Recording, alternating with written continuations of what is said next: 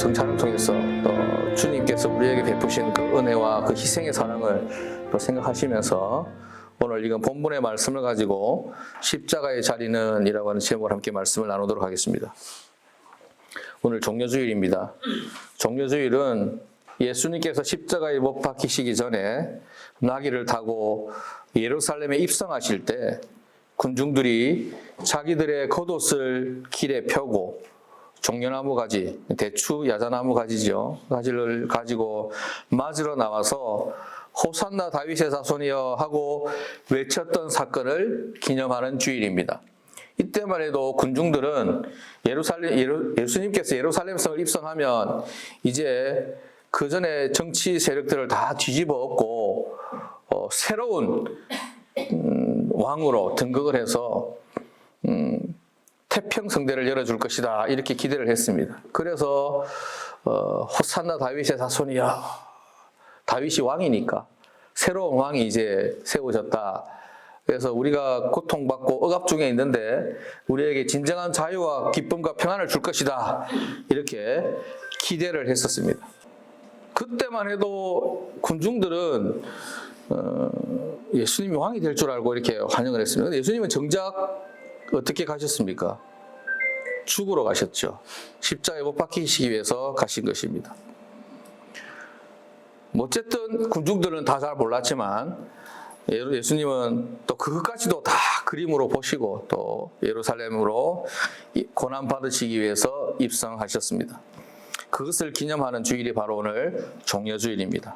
그리고 오늘 종려주일은 고난주간이 시작되는 첫째 날입니다. 예수님은 종려주일에 예루살렘에 입성하신 후 이번 주 금요일에 십자가에 못 박혀 죽으셨습니다. 그리고 3일째 되는 안식 후 첫날 주일에 사망 권세를 깨뜨리고 부활하셔서 부활의 첫 열매가 되셨습니다.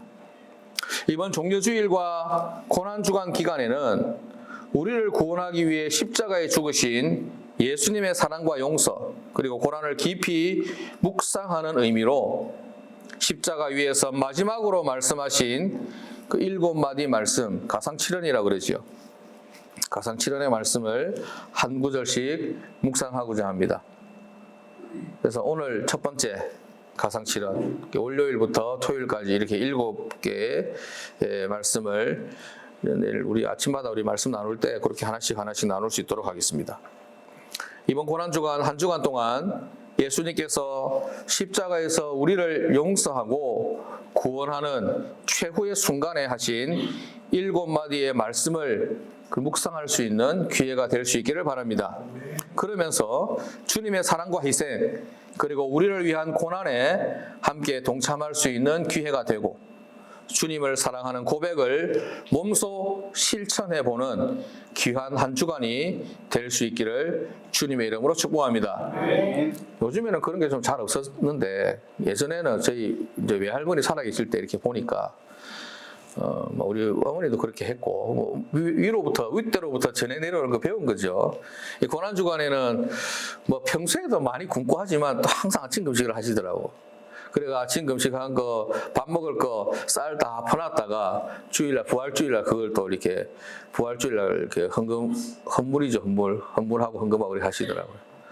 우리는 그렇게 안 해도 아침을 늘 안 먹으니까 간헐적 단식으로 저녁으로 몰아먹기 하고 하니까 그거하고 상관이 없는데 예전에는 그렇게 하시더라고요. 요즘에 시대가 또 많이 변하고 해서 또 쌀을 이렇게 성미라고 하죠. 성미 바치고 이렇게 하는데 요즘 그렇게 잘 안 하니까 각자가 주님의 고난에 동참하는 여러 가지 방법, 요즘에 미디어 금식도 하고 그냥 금식도 하고 이렇게 하는데 주님의 고난에 내가 동참하고 또 묵상하고 기억하는 나름의 방법을 잘 개발하시고 또 찾으셔서 이렇게 한 주간 동안 또 부활주의를 준비하는 주님의 십자가의 고난을 묵상하고 또 부활을 기대하는 복된 한 주가 될 수 있기를 주님 이름으로 축복합니다.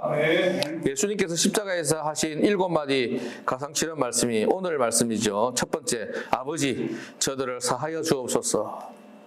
두 번째, 내가 진실로 내게 이르노니 오늘 네가 나와 함께 낙원에 있으리라. 이거는 우편 강도에게 하신 말씀이죠. 그리고 십자가 밑에 있는 예수님의 어머니, 또 뭐 이모, 그리고 뭐 여자 성도들, 뭐 제자들 향해서 이렇게 말씀하시죠. 여자여 보소서 아들이니이다. 네 번째는 엘리 라마 사박다니, 나의 하나님 나의 하나님 어찌하여 나를 버리셨나이까 이 외치는 절규하는 소리. 다섯 번째, 내가 목마르다. 여섯 번째, 다 이루었다. 일곱 번째, 아버지 내 영혼을 아버지 손에 부탁하나이다.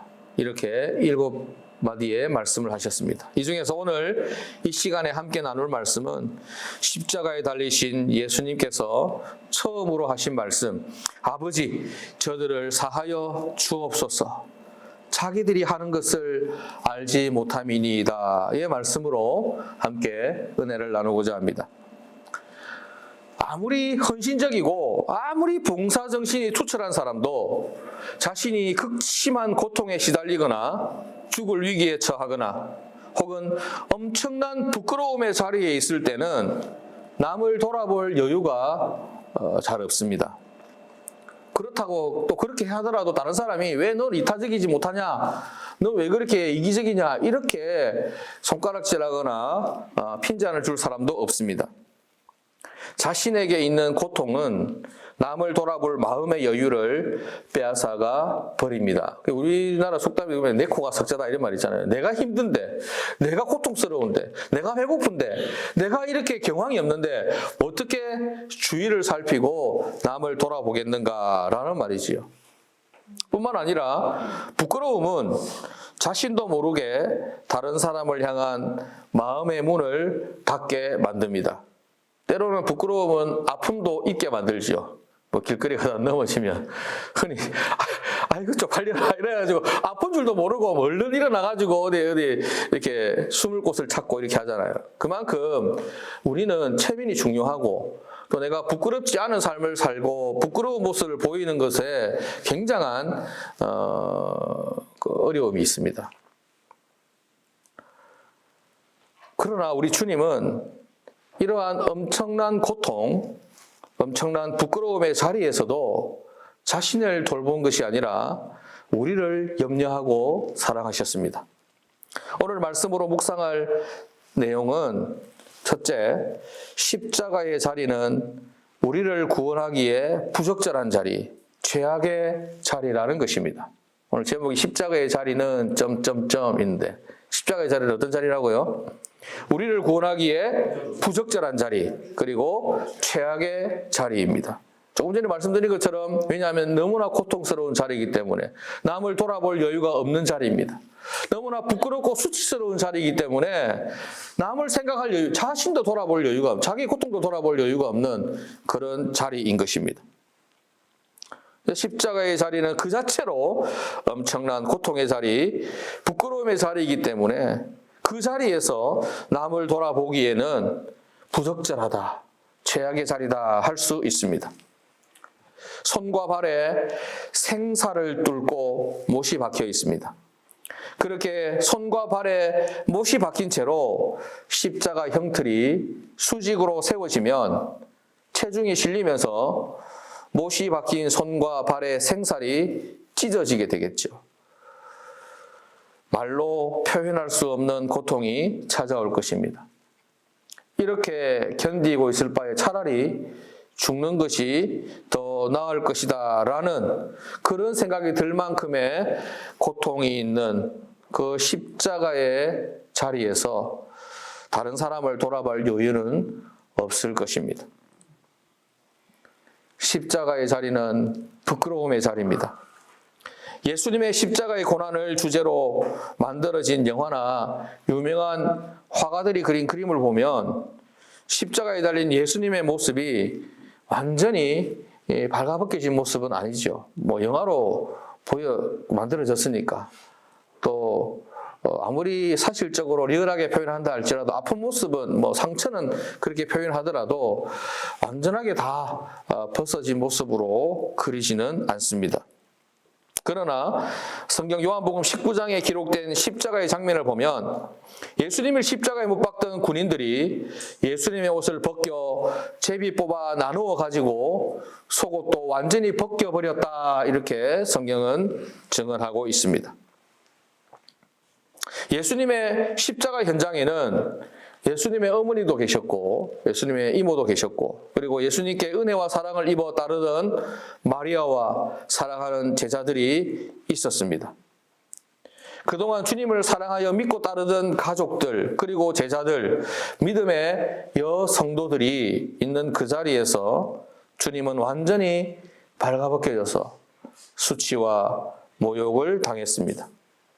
자신의 몸과 마음을 추스르기 버거운 자리였습니다. 고통이 더 힘들까요? 수치스러움이 더 힘들까요? 무엇이 더 힘들다? 쉽게 단정 지을 수 없을 만큼 극심한 부끄러움과 고통의 자리였습니다.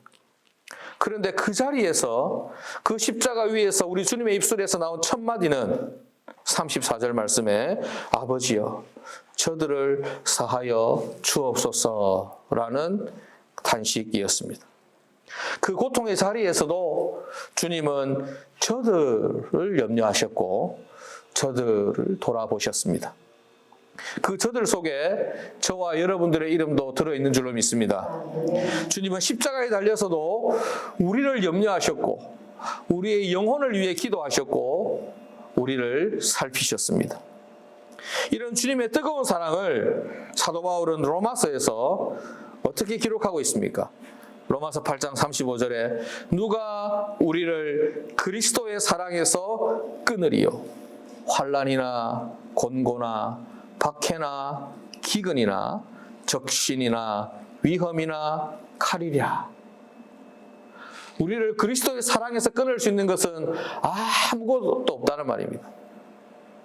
어떤 생각해 볼 때 우리 주위에 있는 환경이 우리를 끊을 수 없다라고도 생각할 수 있지만, 또 다른 시각에서 보면 예수님께 찾아온 부끄러움, 예수님께 찾아온 수치스러움, 예수님께 찾아온 극심한 고통도 우리를 주님의 사랑으로부터 가로막거나 끊을 수 없다는 것입니다.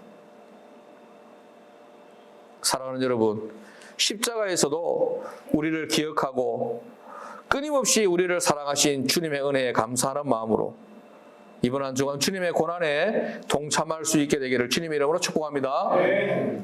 둘째, 오늘은 둘째까지밖에 없습니다. 둘째, 십자가의 자리는 처음에 뭐라고 했죠?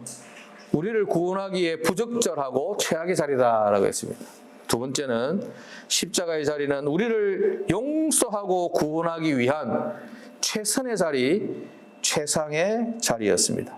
전혀 반대 내용이죠. 첫 번째 묵상했던 것은 왜 부적절했는지, 왜 좋지 않은 최악의 자리였는지, 자신의 고통과 수치와 모욕이 극심했기 때문에 그런 자리라고 표현했습니다.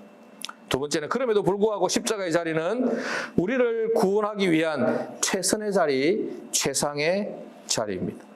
왜냐하면 그 십자가의 자리는 대가를 치르는 자리이기 때문입니다. 주님, 내 죄를 용서해 주세요. 한 번만 봐주세요. 아무리 간절하게 울부짖어도 그것이 죄인된 우리의 기도라면 별 의미가 없을 수 있습니다. 대가를 치르지 않았기 때문입니다. 대가 없이 그냥 한번 봐주세요, 한번 용서해 주세요 이렇게 부르짖는다는 것은 때를 쓰는 것에 지나지 않는 것입니다. 그렇게 때를 쓰는 것은 나는 아무런 대가를 치르지 않으면서 상대방에게 일방적으로 희생과 그리고 손해를 강요하는 것이죠. 굉장히 이기적인 모습일 수도 있습니다. 물론 우리가 주님 앞에 하는 거 왜? 그러나 십자가에 달리신 주님의 기도라면 상황이 다르죠. 주님은 자기 자신의 죄를 담당하는 것이 아니라 우리의 죄를 대신 짊어지시는 것이기 때문에 그렇습니다. 주님은 우리를 위해 대가를 치르신 분입니다. 십자가의 고통은 단지 자신의 죄 때문에 벌을 받는 고통이 아니라 우리의 죄를 씻어주는 대속의 고통, 죄값을 치르는 형벌의 고통이기 때문에 그렇습니다. 십자가의 부끄러움 역시 우리의 부끄러움을 씻어내주는 정결함의 부끄러움입니다.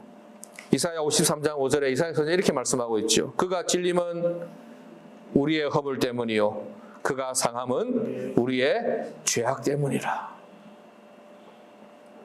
진실로 십자가는 저와 여러분들의 죄를 용서하고 구원하기 위한 최고의 자리, 최상의 자리입니다.